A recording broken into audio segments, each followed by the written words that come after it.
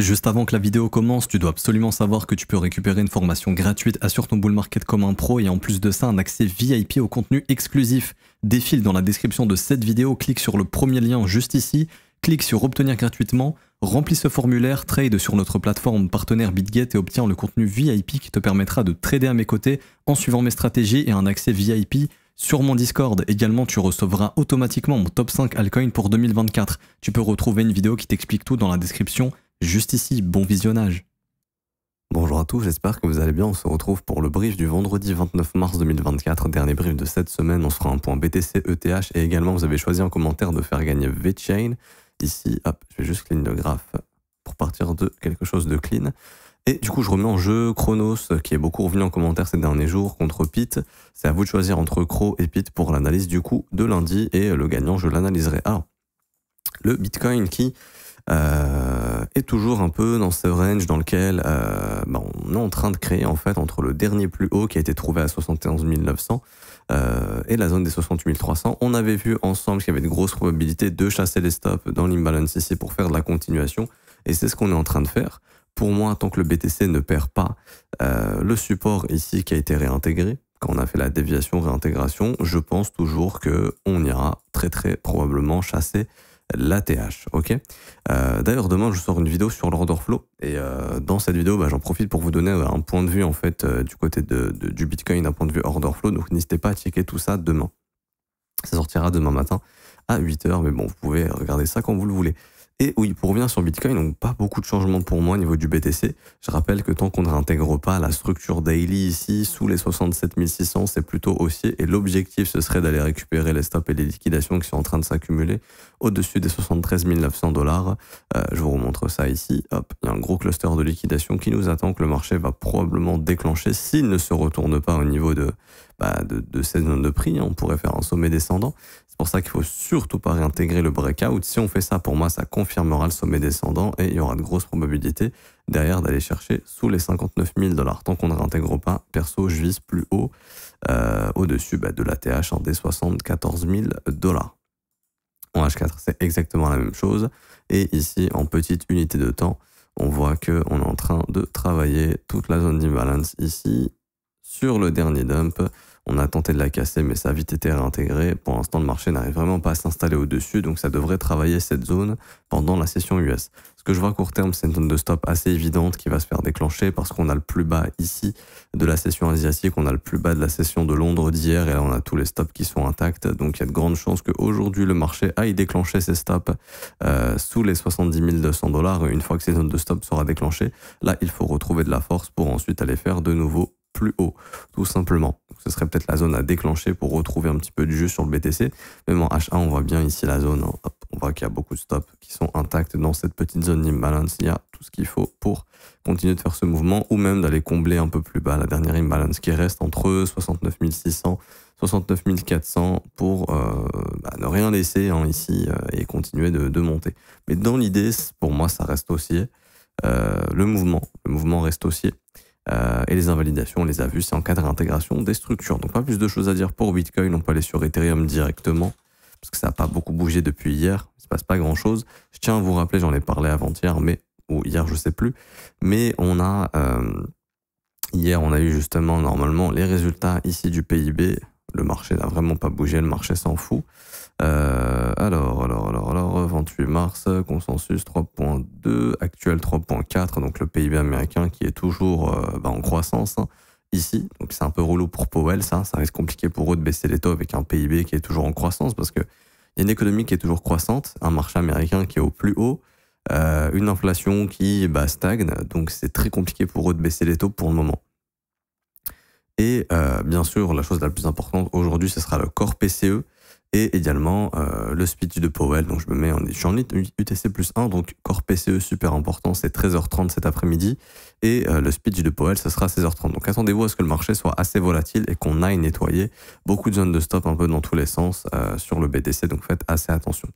Alors ETH également, on avait vu ici en 15 minutes hier, vous vous souvenez, on avait identifié une zone hyper importante. C'était le break haussier qui avait été transformé en break baissier et ici en imbalance baissière, bougie vectorielle. Donc on sait qu'il y a eu beaucoup de volume exécuté ici, donc de gros poissons ont on passait des ordres ici et on avait vu ensemble que le marché devait casser cette zone qui avait de grandes chances de se faire rejeter. Pour l'instant, on a été rejeté ici, on a une première vague baissière. Est-ce que c'est bon? On peut dire que ça y est, on est prêt à repartir au sud, etc. Pour l'instant, non. Ok.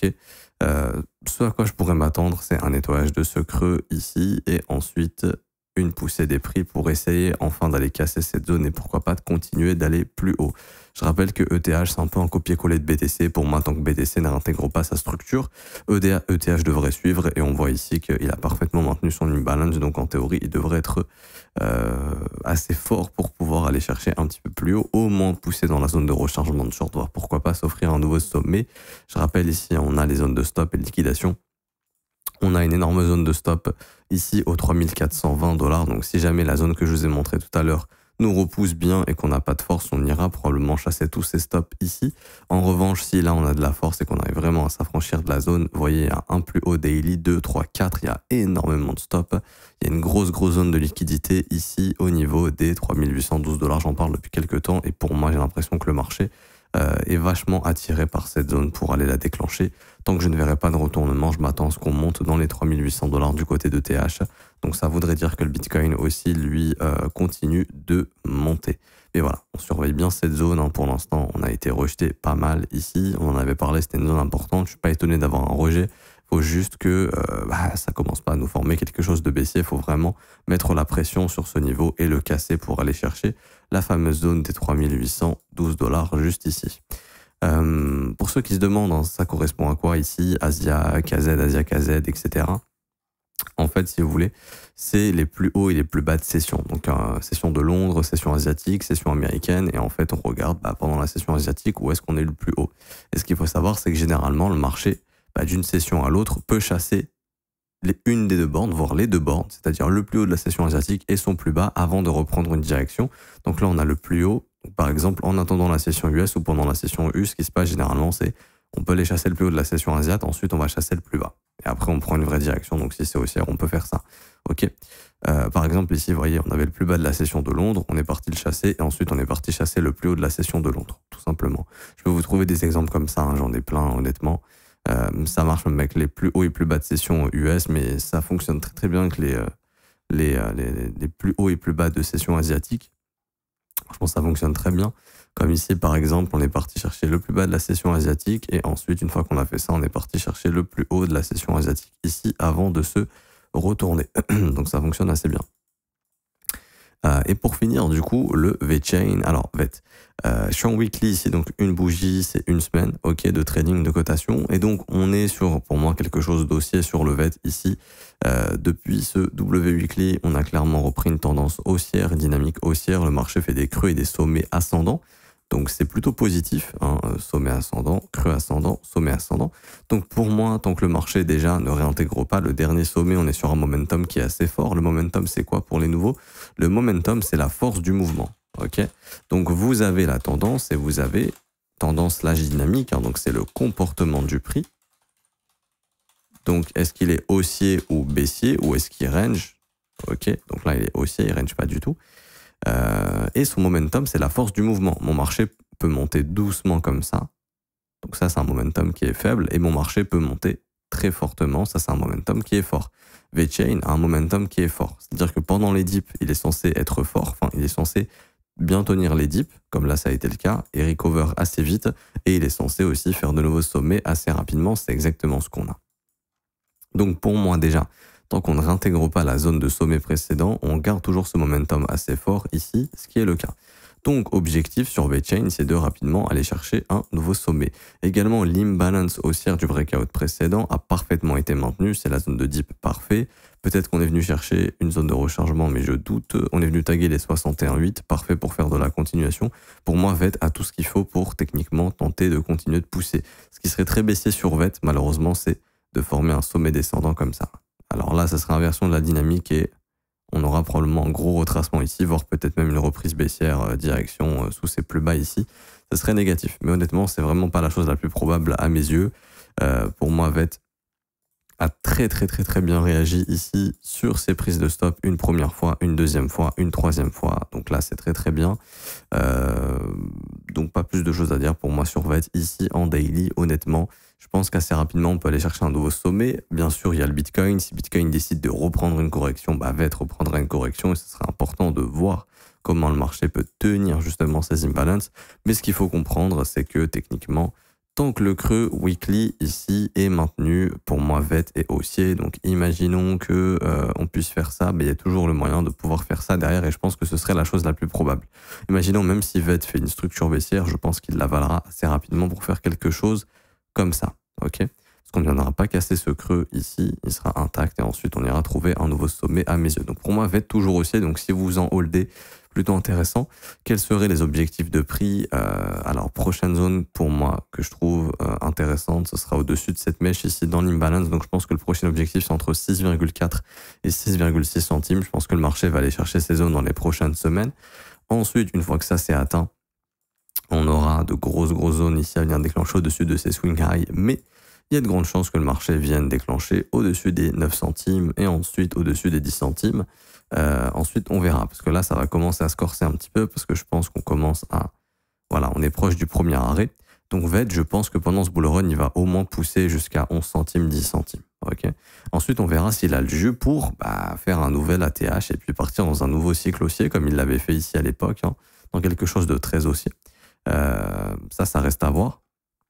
En tout cas, s'il y arrive, avant, il devra passer toutes ces zones de prix, bien sûr.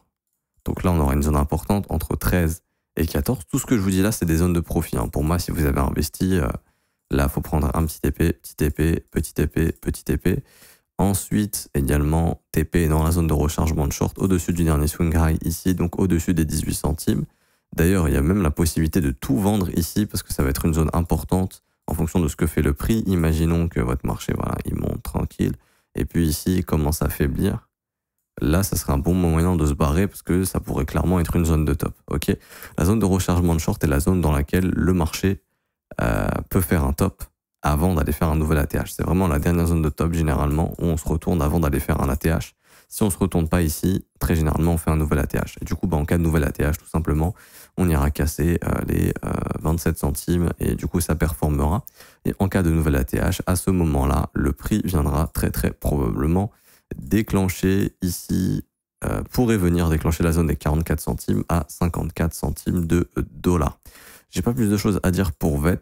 Juste, je reviens ici en weekly. Voilà, je rappelle que, imaginons qu'il y ait une correction plus profonde sur le Bitcoin ces prochaines semaines. En théorie, VET n'est pas censé venir casser le creux des 2,5 centimes. Donc la zone de rechargement ici que je vous montre en weekly au niveau de cette imbalance, c'est une zone hyper intéressante. Et si jamais VET revient dedans, ça peut être très bien pour acheter avec une invalidation en cas de cassure de ce creux. Donc c'est grosso modo entre 3,6 et 3,1, mais je vais essayer de vous donner une zone un peu plus précise. Franchement, il n'y en a pas beaucoup, mais venir combler le dernier morceau d'imbalance ici, au niveau des 3,1, ça pourrait être une zone intéressante. Si jamais, bien sûr, il y a une correction plus profonde sur Bitcoin ces prochaines semaines, ça ferait un dip de 31%. Ça me semble réaliste si jamais ça arrive. Mais il ne faut surtout pas les casser ce creux ici. Okay. Également, si jamais ça retrace plus, ici, il y aurait une zone hyper importante autour des 2,9, 2,7. Mais voilà, faut savoir que tout ce qui est au-dessus des 2,5, normalement, c'est censé tenir. Ok. Donc voilà, pas plus de choses à dire sur VET pour moi. Je vais juste aller checker rapidement si on a des informations au niveau de la tokenomics. Je pense que oui, rapidement. Bon, est-ce qu'on a eu beaucoup d'inflation sur VET ou pas? J'ai pas l'impression parce que ça a quand même pumpé rapidement. Market cap, price, on a exactement la même chose. Donc il y a techniquement eu très peu d'inflation qui est 83% de circulating supply. C'est très bien. Donc c'est un projet qui peut aller visiter plus haut hein, techniquement. Après, est-ce qu'il aura l'énergie nécessaire pour faire un nouvel ATH? Bon, ça, on verra bien. Mais en tout cas, il n'y a pas ce gros problème d'inflation. Par exemple, je pense à Philcoin qu'on avait analysé, ici. Et quand on regardait, il y avait une grosse différence prix market cap. Donc ça s'expliquait qu'il y avait eu une inflation qui était énorme et ça va être compliqué pour lui d'aller revisiter des ATH. par exemple, ok? Ce qui n'est pas le cas de VET. Donc je m'arrête ici pour aujourd'hui, j'espère que ça vous aura plu. Si c'est le cas, n'hésitez pas à laisser un pouce bleu, vous abonner si ce n'est pas déjà fait. Également, vous pouvez rejoindre la formation gratuite, c'est le premier lien en commentaire épinglé. Vous apprenez à acheter vos cryptos, sécuriser vos cryptos, sécuriser votre compte. Également, vous allez apprendre une stratégie de DCA, la gestion du risque, et je vous donne un plan clé en main pour le bull run, pour acheter et vendre au bon moment.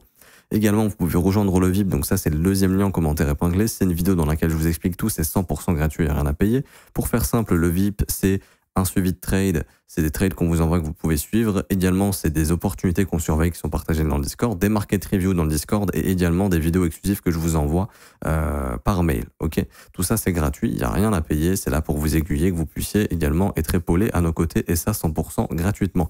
Et pour ceux qui veulent rejoindre l'école et donc se former quotidiennement tous les jours à mes côtés, qu'on analyse les marchés ensemble, qu'on voit des opportunités ensemble, que je réponde à vos questions, que j'analyse vos crypto-monnaies, qu'on trouve des idées de trade ensemble, que je vous indique également la gestion du risque que j'applique sur le marché. En plus de ça, que vous puissiez récupérer une formation de 19 heures dans laquelle vous allez apprendre tout sur l'analyse technique, l'order flow, l'analyse fondamentale, la psychologie des marchés, créer votre propre plan et développer votre profil de trader. Ça se passe en commentaire épinglé, donc c'est le 4e lien en commentaire épinglé. Rejoindre l'école, école.le9zco.com. Bien sûr, c'est un abonnement qui est payant. Cette fois-ci, ça commence à partir de 49 € par mois. C'est sans engagement. Vous pouvez annuler le renouvellement quand vous le souhaitez. Vous avez aussi les offres 3, 6 et 12 mois qui sont disponibles. On a des réductions actuellement jusqu'à 36% de réduction sur l'offre annuelle. On est à 380 € au lieu de 588 €. Tout est expliqué également sur le site web si vous avez des questions. Si vous voulez voir les reviews des élèves également, ici vous avez les reviews si vous le souhaitez. N'hésitez pas à les checker, le lien est en commentaire épinglé et aussi à nous rejoindre si vous le souhaitez. Je m'arrête ici, bon week-end à tous, on se retrouve demain pour la petite vidéo sur l'order flow et on se retrouvera donc lundi pour un prochain brief. Ciao ciao.